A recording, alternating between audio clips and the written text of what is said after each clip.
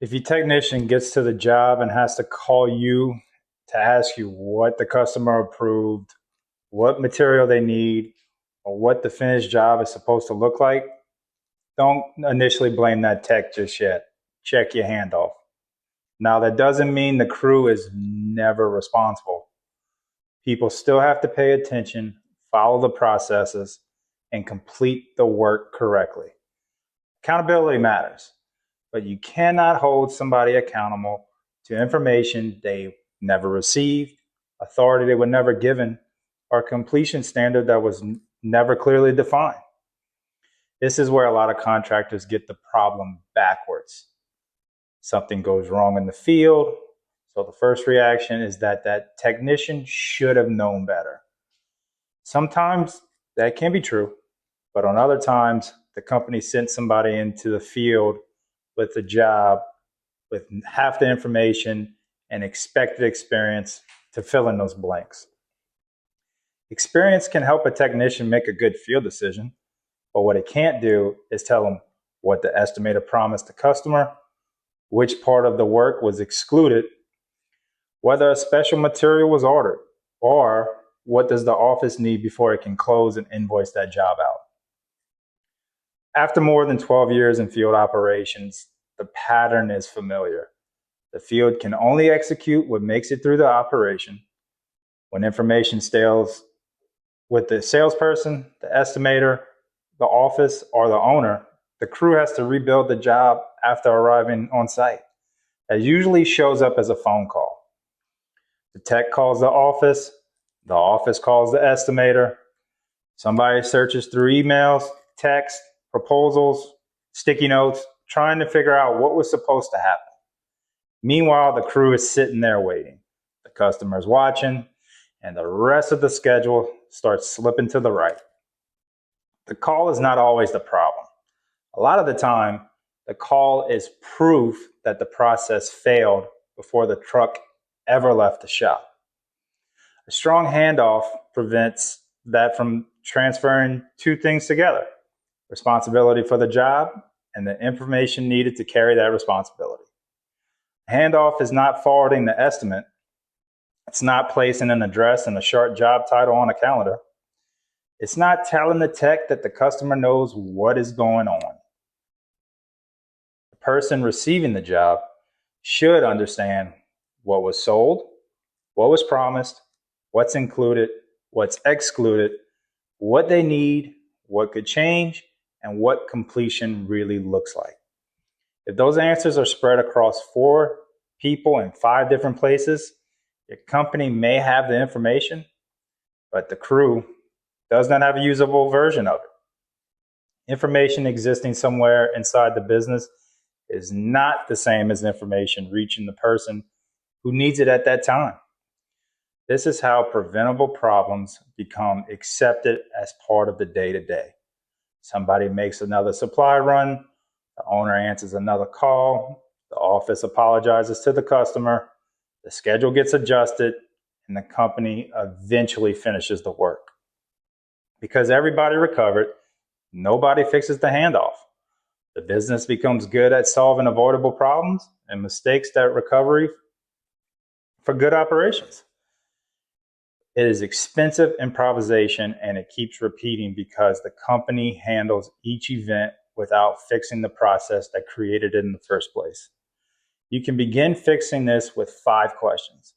Before a crew accepts responsibility for the job, they should be able to tell you the answer to all 5 without having to track down the owner. Number 1, what exactly did the customer approve? A job title is not a scope of work. Replace the unit, repair the leak, install the water heater, or complete the roof repair may be enough to place work on the schedule. It is not enough to direct the work. The crew needs the approved scope in plain language.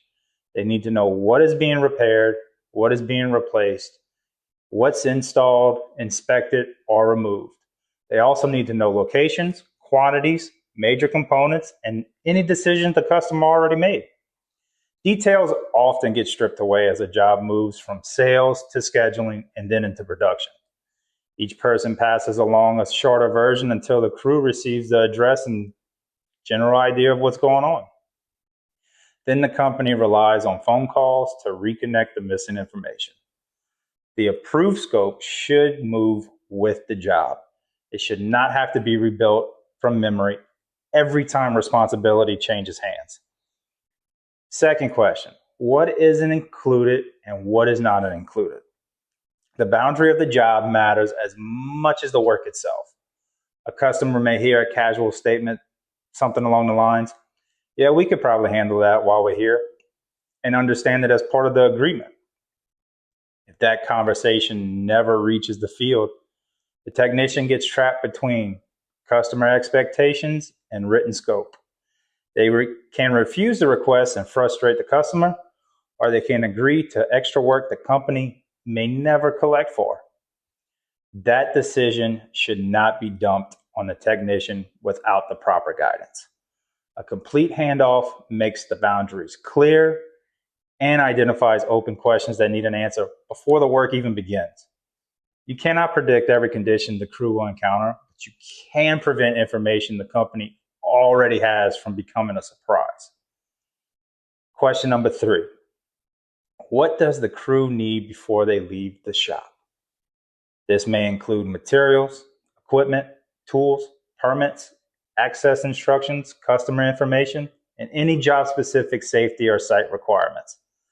Your best technician cannot install that part that is sitting at the wrong shop.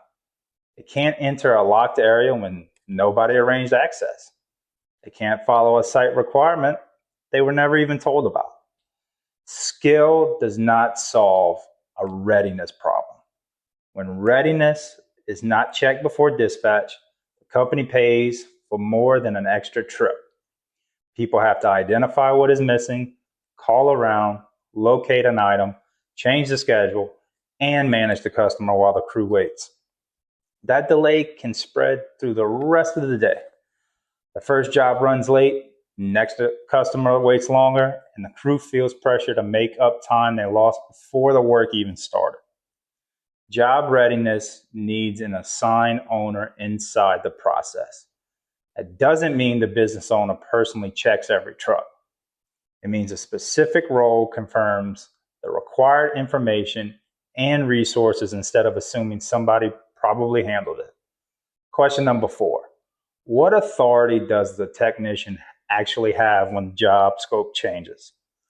Field conditions change, a wall gets open and exposes another problem, the equipment doesn't match the information provided, the customer requests additional work, or a repair stops making sense once the full condition becomes visible. The handoff cannot eliminate those situations. It should tell the technician what to do when they do happen. Can they approve a small material change? Does the company require any written change order? Who should they contact? What photos and information need to be collected at that point? Does work stop until the customer approves that change? Without those rules, every exception climbs back into the owner's seat. This is one reason the owner's phone becomes the control center for their company. The team may not be calling because they're incapable of making decisions, but they may be calling because nobody defined what those decisions are that they are actually allowed to make. You need a clear line between decisions in the field that can be made, decisions a manager can make, and decisions that require owner approval. If every change requires the owner remains inside every job. If nothing requires an approval, the company loses control. The process has to define that middle ground. And the 5th question, what does completion actually mean? Finishing the physical work is only part of closing a job. The system may need to be tested. The crew may need photos. They may need to take model and serial numbers, customer approval, completion notes, a final walkthrough, or proof that the work area was left clean once they left. And the company never defines those requirements. Every technician creates a personal version of completion. One person takes photos and gets a signature. Another calls the office and says the work's finished. A third assumes somebody else will collect the missing information later. That inconsistency reaches beyond the field. It delays billing, weakens job records, complicates warranty questions, and leaves the office chasing information after the crew has already moved on. The definition of done belongs in the handoff. The crew should know how the company expects the job to end before the job ever starts.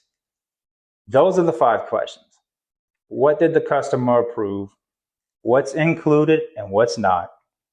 What does the crew need before leaving the shop in the morning? What authority do they have to make when conditions change?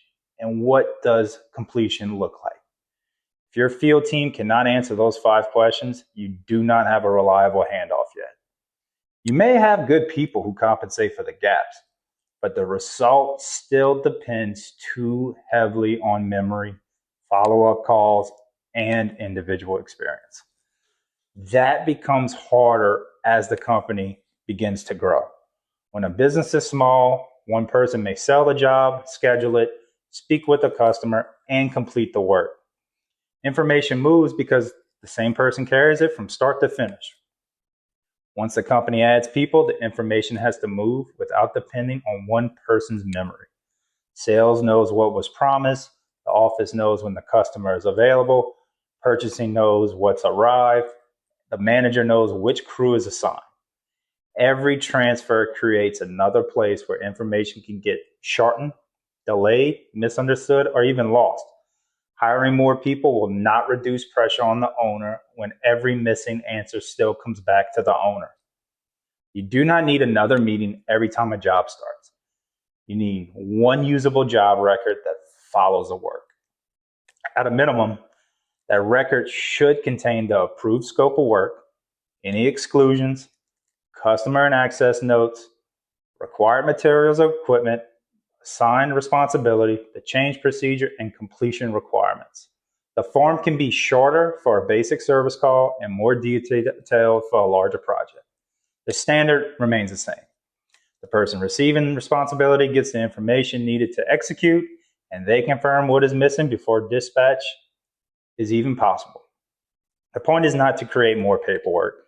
A completed form filled with vague or copied information doesn't improve the job.